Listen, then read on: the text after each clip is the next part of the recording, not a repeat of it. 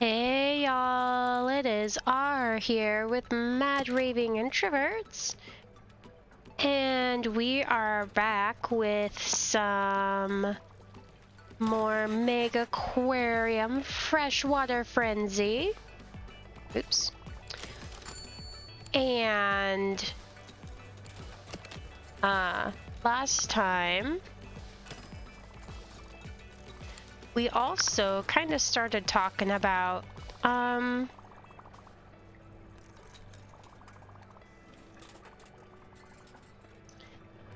we started talking about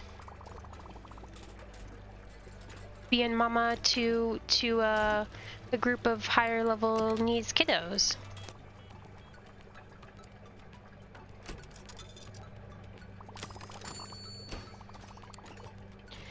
And mentioned my oldest is considered special needs,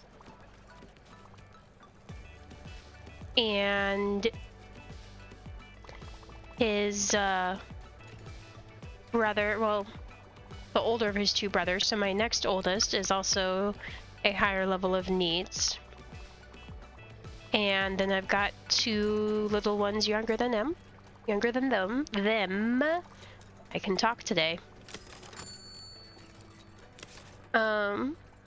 Who aren't considered special needs at all, but just they're younger. There's a little bit that kind of just comes with that.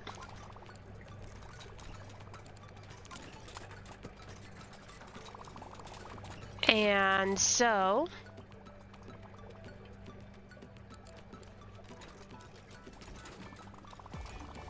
that, along with me kind of being considered,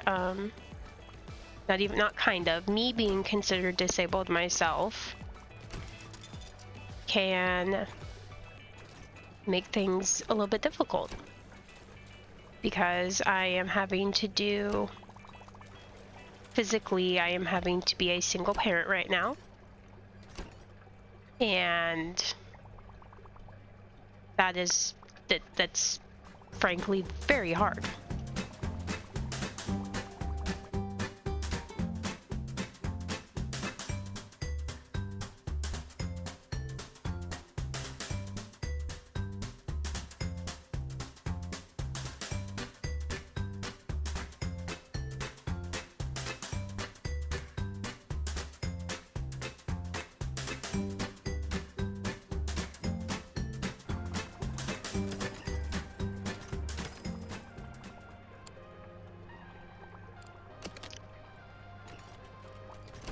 It's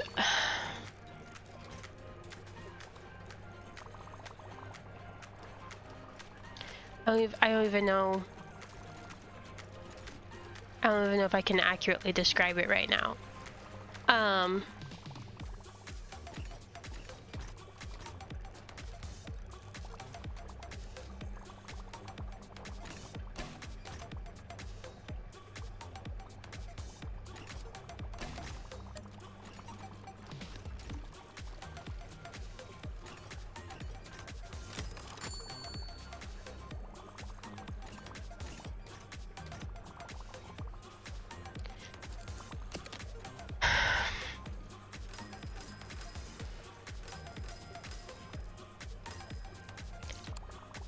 When he was younger, my oldest, we had all sorts of therapies and space and resources and just everything going for us to help him out and to give him, the better chance at the good prognoses and all like that,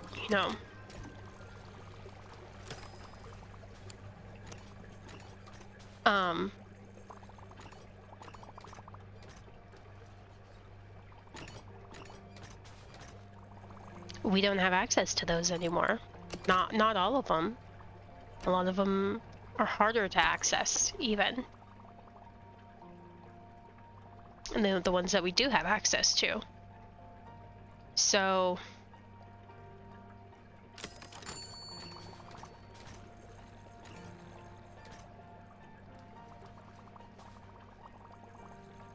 He was diagnosed autistic when he was 2 years old.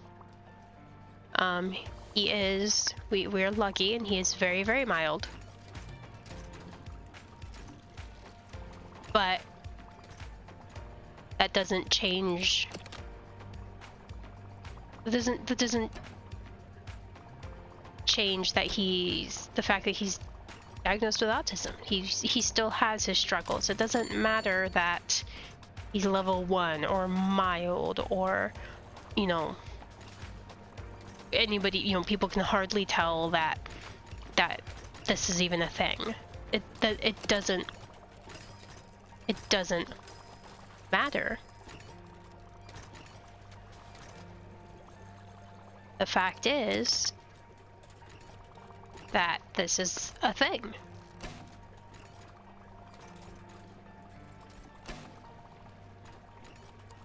And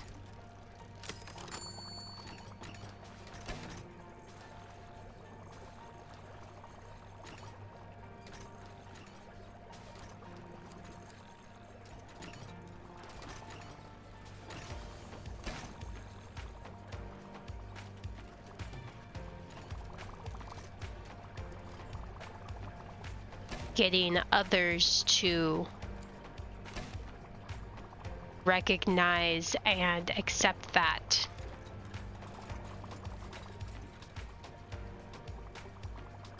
has been more of a fight than it should be. We shouldn't have to fight for this support.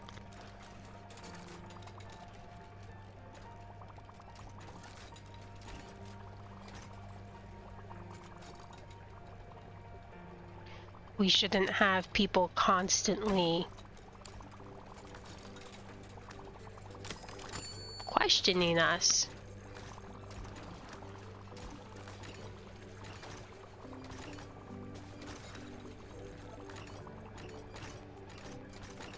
But we do. I do. And with all the current weirdness that I can't really talk about, I am the one that is having to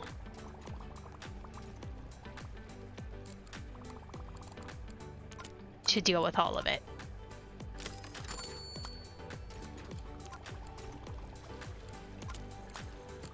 I guess not all of it. That's unfair. I'm having to be the face of it again. And you know, before, when I wasn't having these problems of, you know, gotten worse to the point where I'm considered disabled.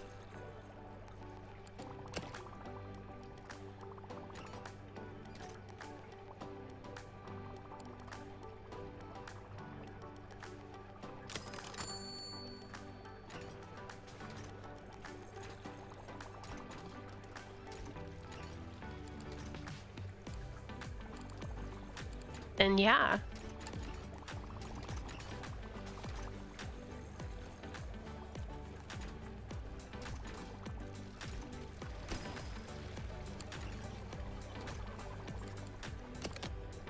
By all means, you know, bring it on. Bring on the difficulties. Bring on the behaviors and the tough times. It's fine. It's great. It's wonderful. We've got this.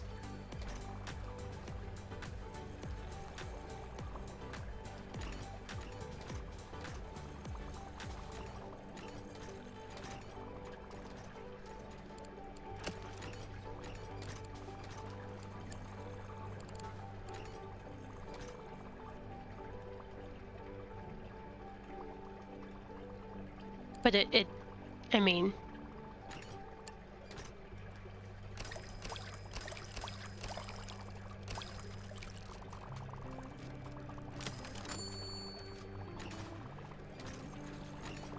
oh, we should have like paused that. Okay. No, it's fine. It's fine. Guys, it's fine.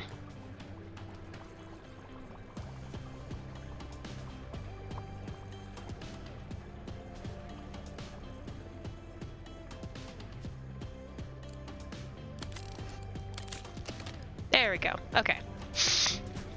Got it. We got this paused. We're good.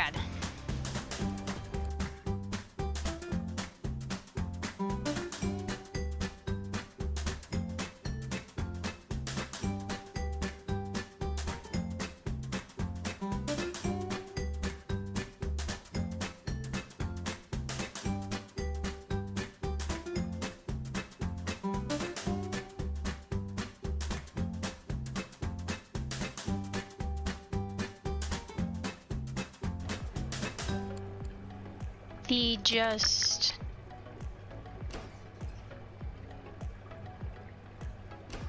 absolute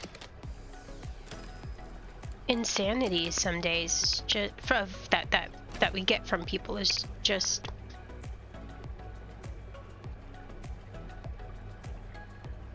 mind-boggling.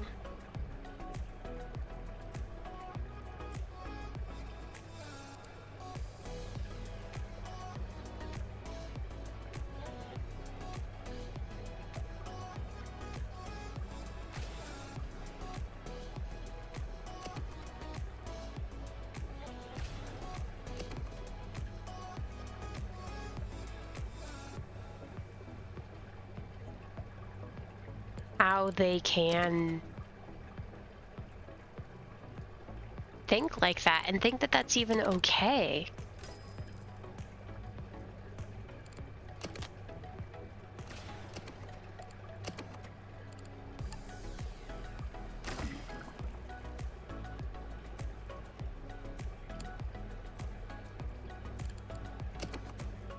I don't know that I will ever understand it, to be perfectly honest.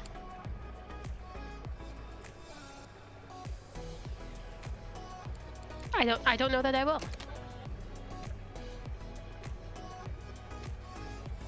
Because there really is no explanation for it.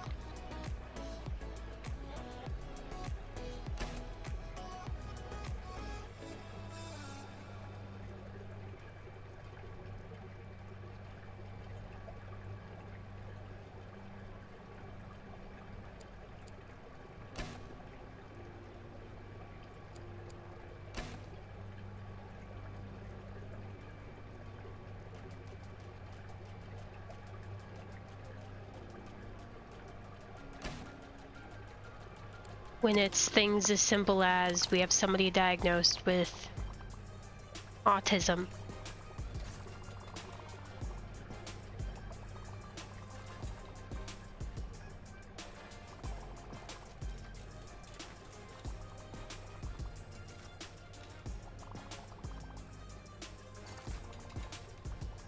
And for those who don't know, autism is very, very commonly, in fact, I'm not sure I have ever heard of an autistic person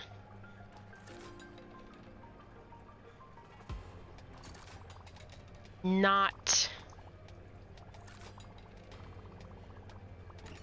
being diagnosed with something comorbid, meaning that there's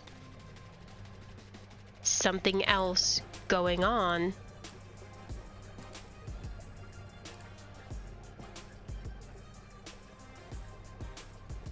alongside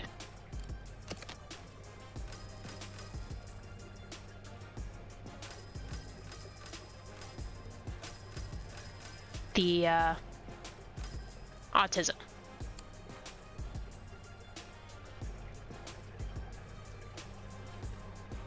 There is more than just autism going on there.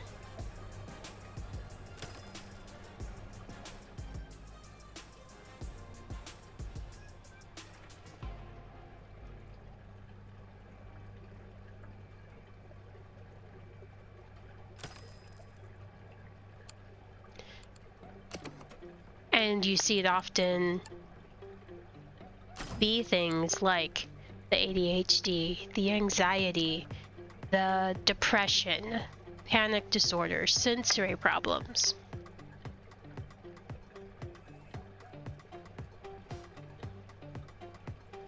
And honestly, those are the only ones that I'm naming right now, because those are, you know, really the ones that I'm familiar with, because those are the ones that my kiddo has.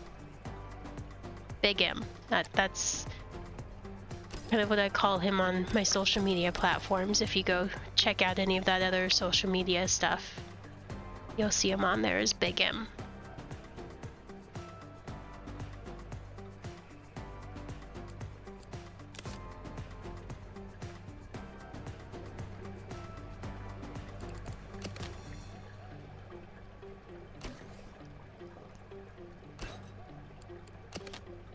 And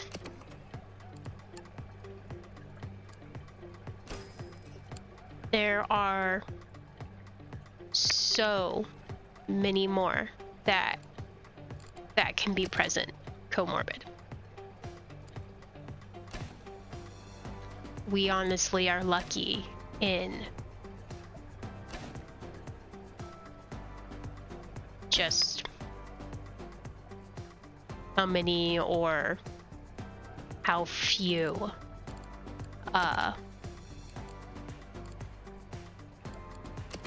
other diagnoses there are.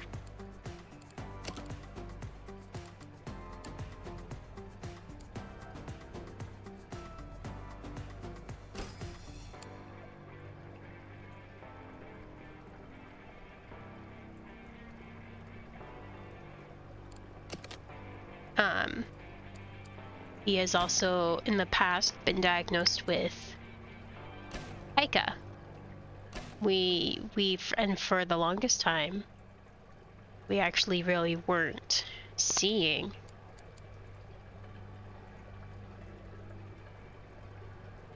pica problems. We weren't seeing signs of it. We weren't seeing we weren't seeing super bad sensory things. We weren't seeing, you know, the continued communication delays. Getting him all of that extra early help really did wonders for him. I think 100% is the reason that he's done so well. But it also made continuing to get that support virtually impossible.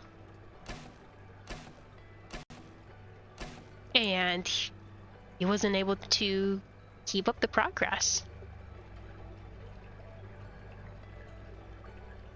You know what? I think the one over here needs to be a saltwater tank.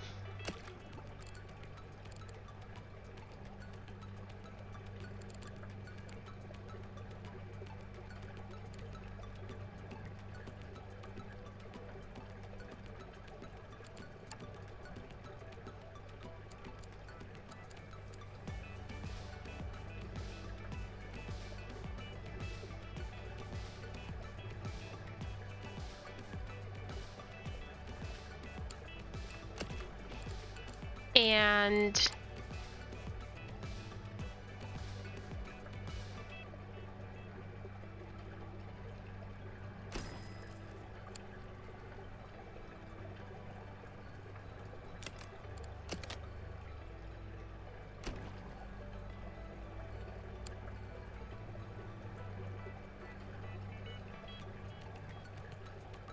no, we do want that to be a quarter.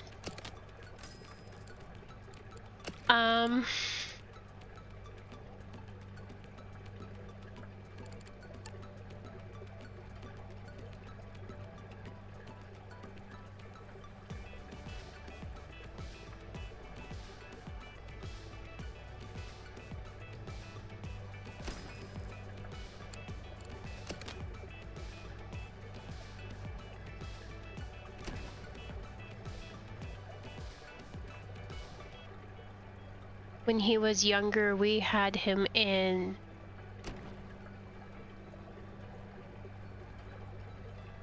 I mean, honestly, in everything.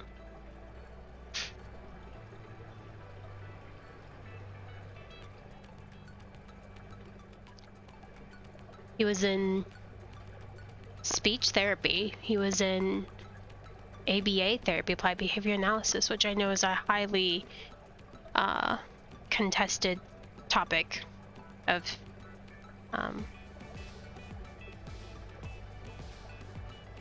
you know, whether or not ABA therapy is good.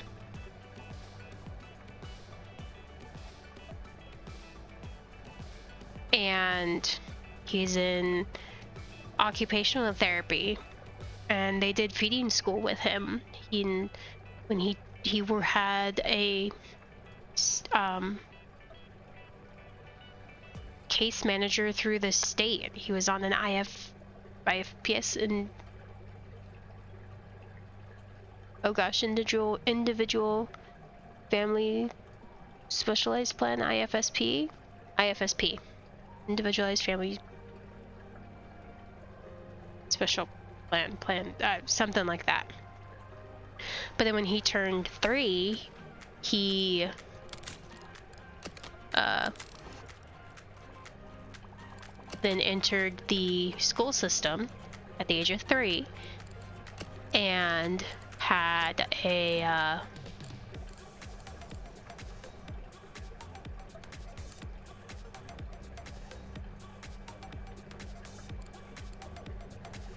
oh my gosh, I'm blanking out here.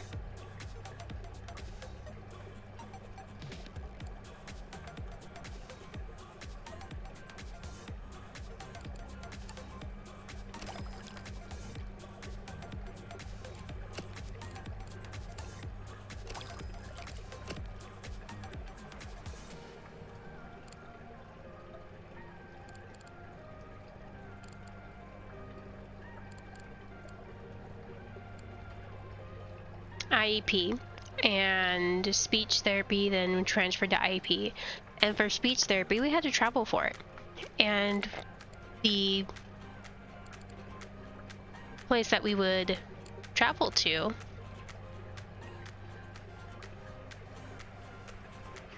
was just a completely different city, even. Completely different region. And so while we were there, we would,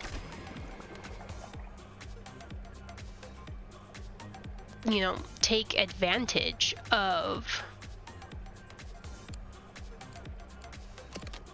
being in the bigger city. And he also then would have horse therapy, horseback riding.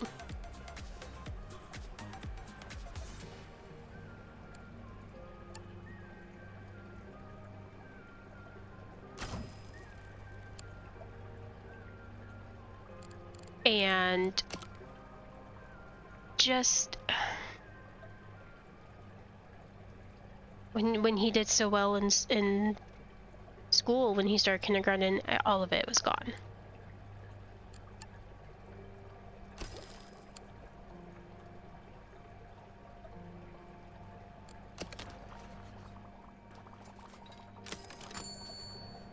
I found out the hard way that things are very dependent on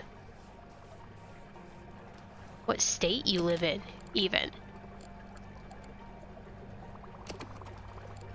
That they're so different between states, to where, he was doing fine in one state, and then all of a sudden we move states and he doesn't qualify for services anymore. He doesn't get these things. He's doing, this, that, and the other thing so well that he loses all of it. And yeah, he did okay. He did okay. But now we're seeing the after effect of it. He has been struggling, and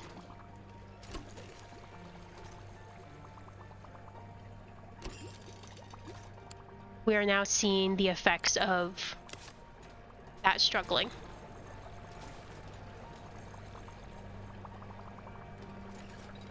How did you end up in here?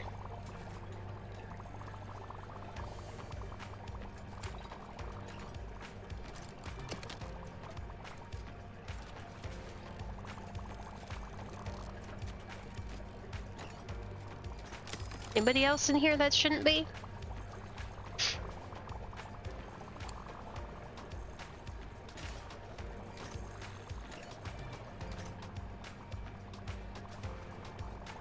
I feel like there should be a door here.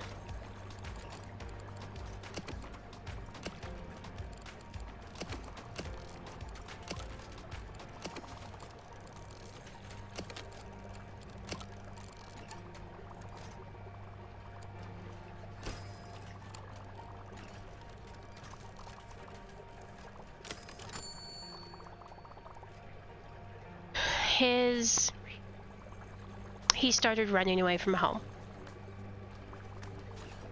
Or, I guess that's extreme. He was not running away from home, but he started making plans, and he would have bags packed. And it's a fight to find good counselors and people who will work with you and people who will listen to you.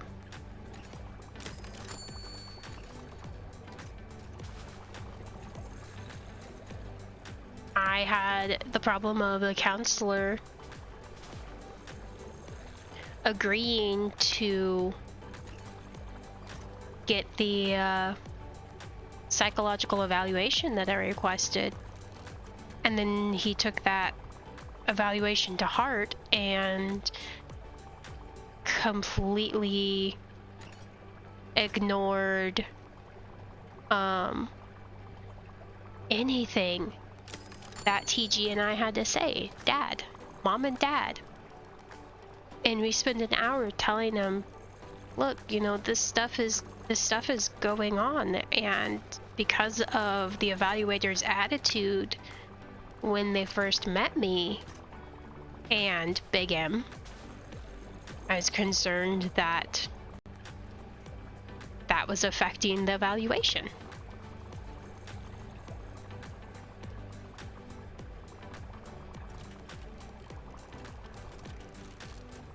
And he just looked at us and said, well, I'm gonna just listen to the report and do everything the report says.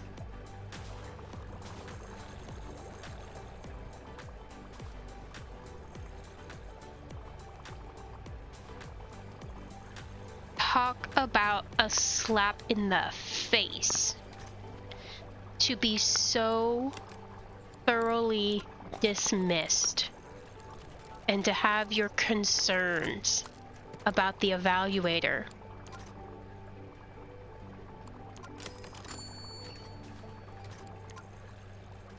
be so thoroughly dismissed.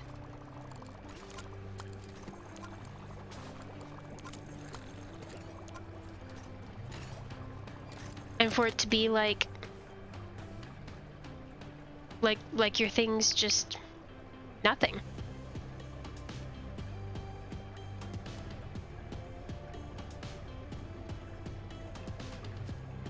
All your observations, all your concerns, all your worries, all your things that you're fighting for are just 100% dismissed. It was a waste of our breath to have this appointment with him, to sit there for an hour laying everything out for him. It was so disheartening. And we did eventually, not long after that, end up just pulling Big M out of that counseling place and getting him enrolled in a new place, because it wasn't a good fit. Not when the counselors are having that sort of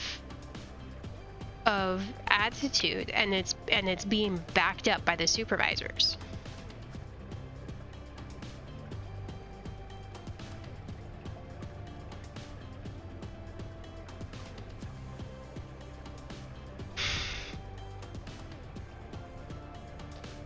And I know this, unfortunately, is not all that uncommon.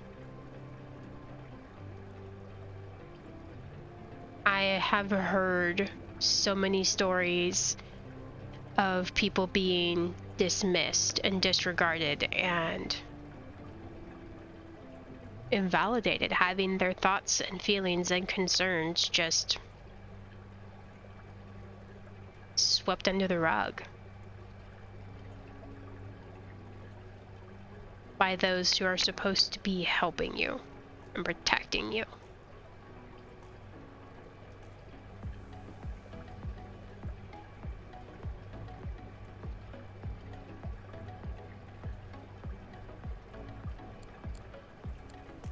And it, especially for a place, this counseling place that we took him to, not that this is not why we took him there, but this place specializes in sexual assault victims. And I can't remember the official terms for it, but kids who have an overactive sexual something or other. I can't remember the exact terms for it.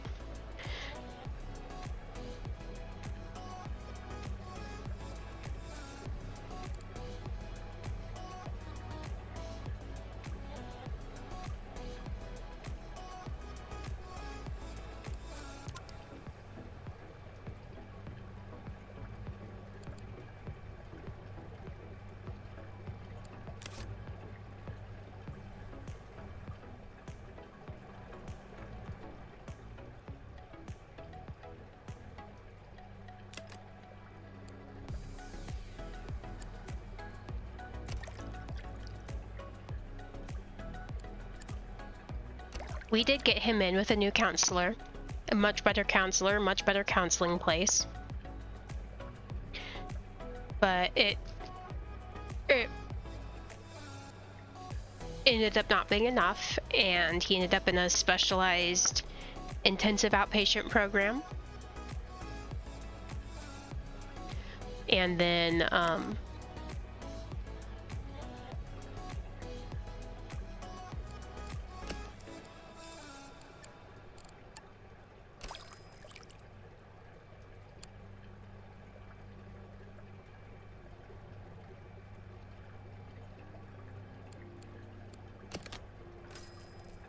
back with the counselor, and then in a different sort of intensive counseling program. And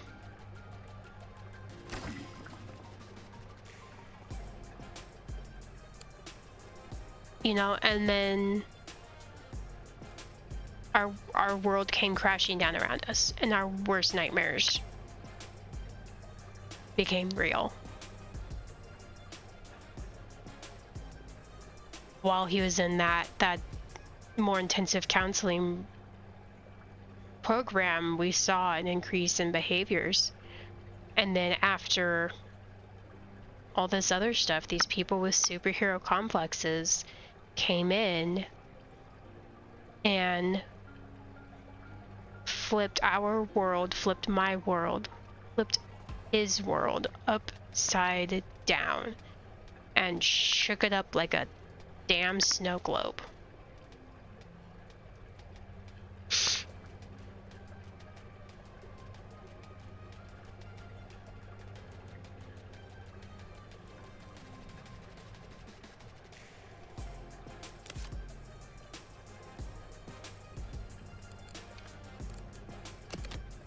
I don't know. Oops, that was the wrong tank.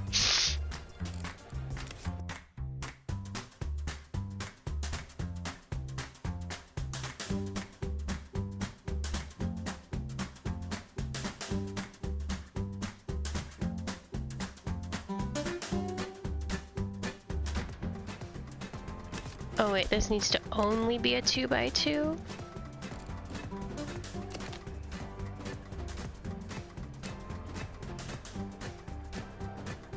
Okay.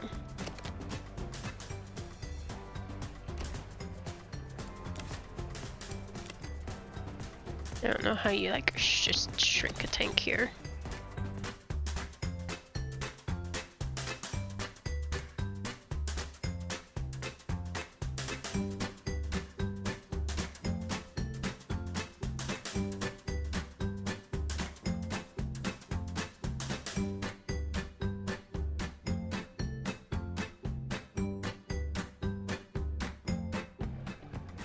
Oh, we want everyone in the lagoon tank? Okay, and now I'm super confused.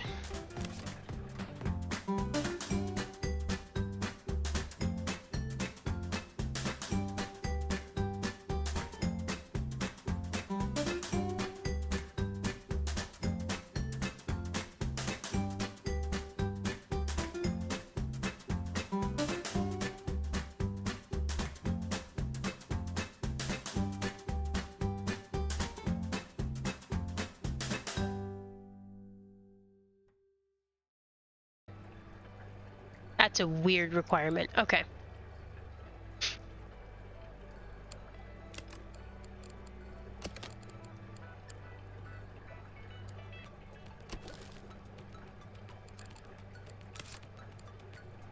That is a very weird requirement.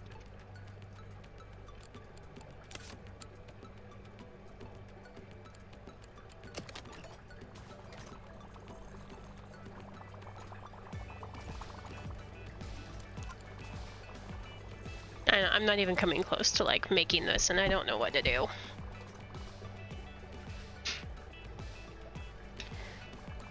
But